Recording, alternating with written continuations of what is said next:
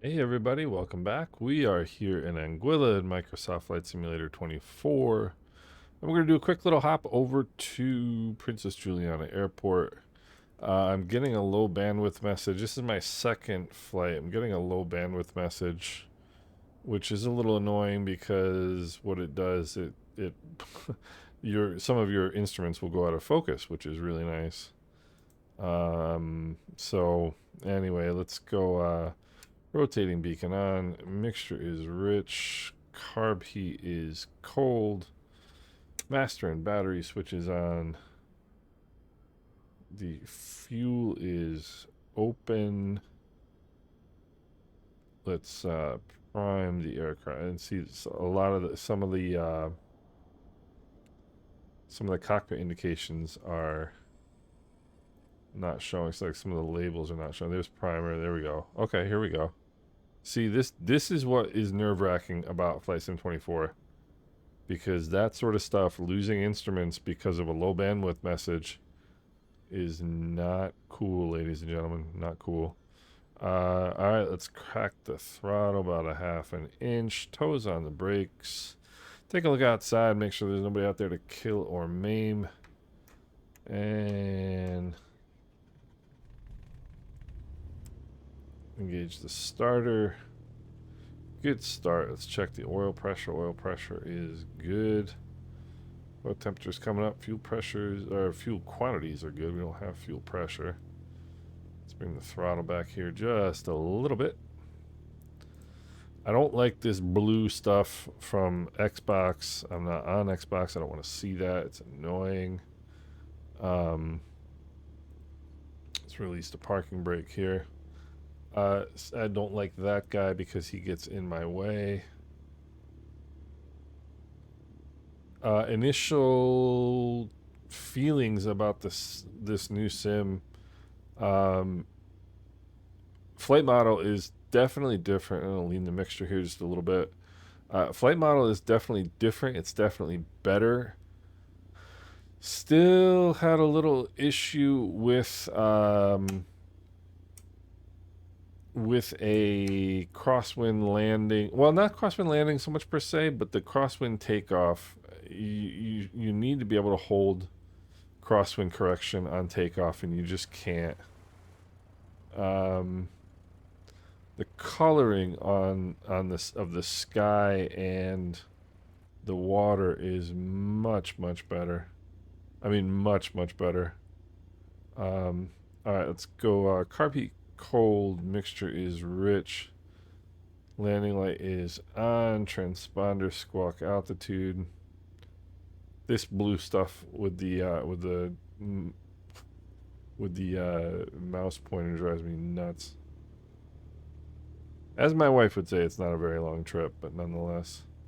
FrameGen mod is running. The flora and fauna looks wonderful. You can definitely tell that it's 3D and not 2D anymore. I have Tobii Eye Tracker working with OpenTrack, which is fantastic. I'm going to do a setup video on that at some point. All right, heading indicator checks with the runway number. Takeoff power is slowly coming in. Toes are off the brakes. Oil pressure is good. Airspeed is coming alive.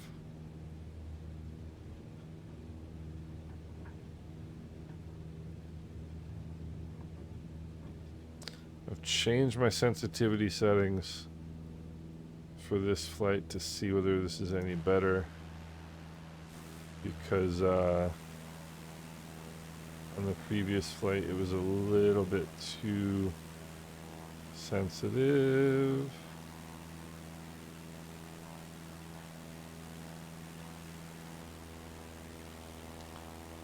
I am terrible at flying from the outside view, like really bad at it.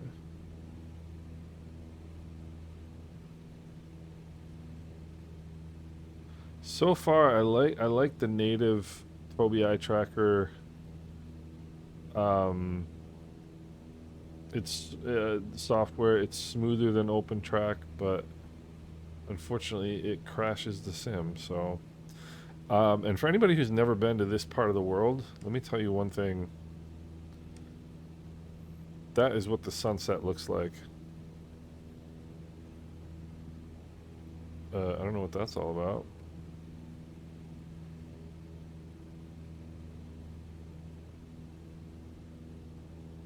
Oh, look at those localized showers off over there to the left. That looks amazing. 1,000 feet's gonna do us just well. Let's go with 1,500.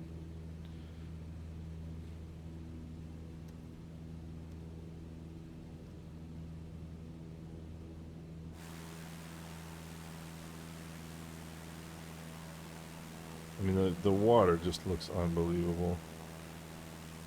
Water looks really, really good. No liveries, of course. So I'm stuck with the stock livery, but nonetheless, it still looks pretty good. There's coming up on 1,500 feet.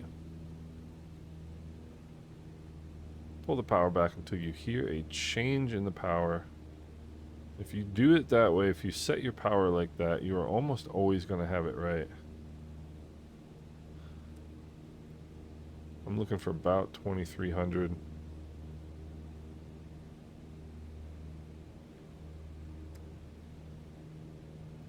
So I'm trying the control settings to see whether it is still going to be extremity dead zone that's going to get rid of the twitchiness.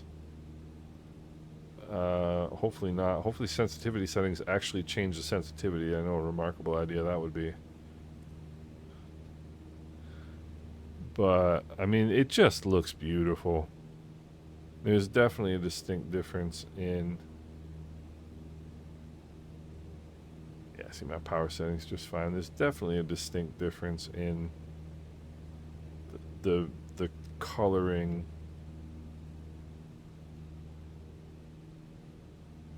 I mean, it just looks really, really nice. It would look even better without this dude there. Rendezvous Bay over here on our right.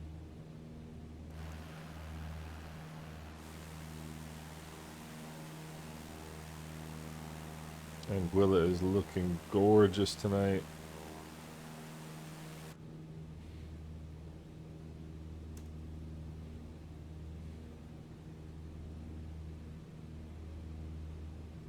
OpenTrack is fine. It's just a little bit too sensitive. A little bit too sensitive. Let's turn on a little bit of interior lighting here. So everything is nice and smooth. You can see the pappies from a greater distance in this sim. You see that right over here? Right there. Those are the pappies for Grand Cas. So that is a huge improvement right there. That you can see. I have. That you can see the pappies at a greater. I mean, look at that. You can see you got one white, two red, two white, two red from probably, I don't know, good 5 miles out. It's great. Much better than in 2020.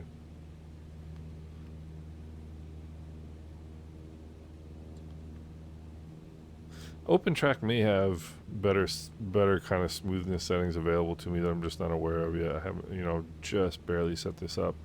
But I mean, the coloring is amazing. Kind of these open, or these hazy type weather.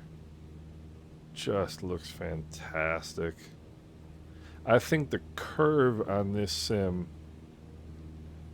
is going to be much different than the curve on Microsoft Flight Simulator 2020. And what I mean by that is we have number one, a much better starting point.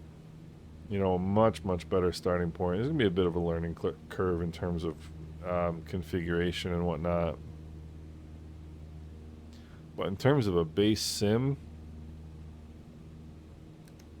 and starting point as far as that goes, yeah, we're looking good. Looking really good. The clouds are better, that's for darn sure. So we're gonna come over here and we're gonna put on the carb heat. Carb heat is always your first power reduction in the Cessna 152. And what I mean by that is when you put on the carb heat, you're going to lose engine power. And that's what you want to do. You're doing it for two reasons. You want to bring the engine power down a little bit, and you want to have carb heat on anytime you go below the green arc over there on the tack. So you put your carb heat in, hold power back a little bit, trim it out. This is an easy airplane to fly, and that's by design because it is a trainer. You don't want to make trainers hard to fly. Make it nice and easy to fly. The watercolor is awesome too, by the way. The watercolor is much better. I mean, the watercoloring and the water effects in Flight Sim 2020 are fantastic. You can see those pappies again from over here. In 2020 is fantastic, but in 2024 it's even better.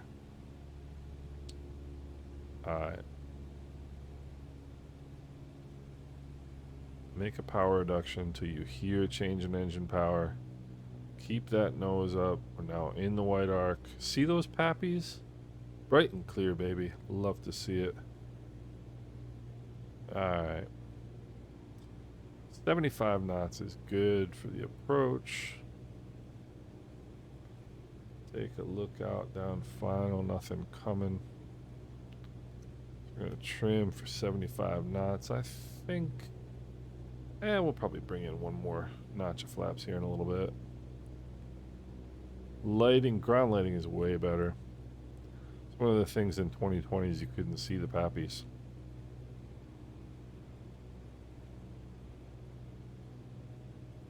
Now they are bright. There's one thing Asobo listened to us on. Alright, power coming out a little bit more.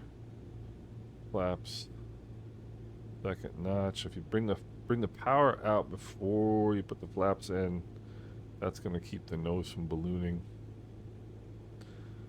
Now what we want is 65 knots. Come down here just a little bit on the glide path.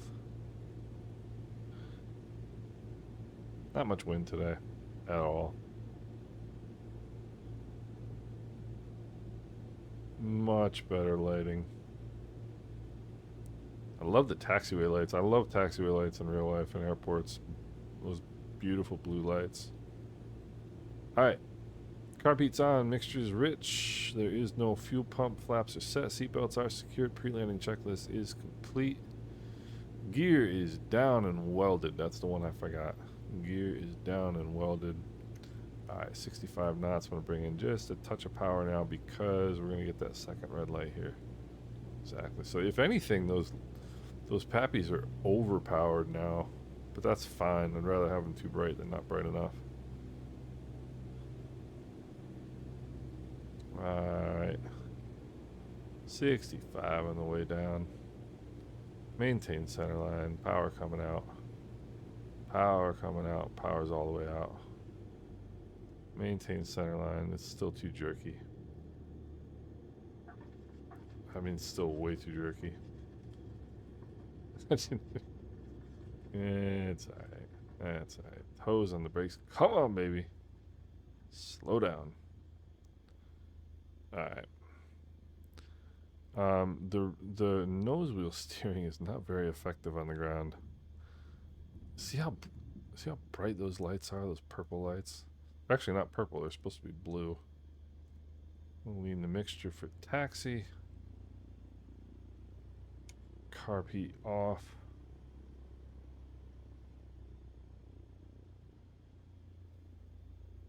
Landing light off, taxi light on. The reason you want to turn your carb heat off as soon as you get on the ground is because you're sucking unfiltered air into the engine through the alternate air, and that is not good because you can get pebbles and dirt and bugs and whatever else. Where is he? Nah, they're not for me. Why would they be? Why would they be? Parking Charlie 5. We'll park Charlie 5. Parking Charlie 5. This is the east ramp here at Juliana. Alright, I'll just mosey on up here. Come to a stop. Mixture to idle. Cut off. Throttles are idle. Carb heat is off. Flaps coming up. We can turn the lights off. We can turn this off. Magneto's off. Master and battery switches off. Set the parking brake. And we are good to go. Come on, open the door. Open sesame.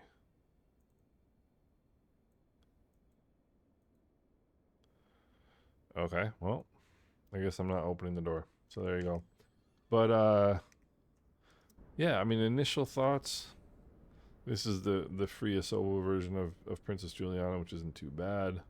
I don't think I have any traffic on, but apparently there is traffic here. That is a poor parking job.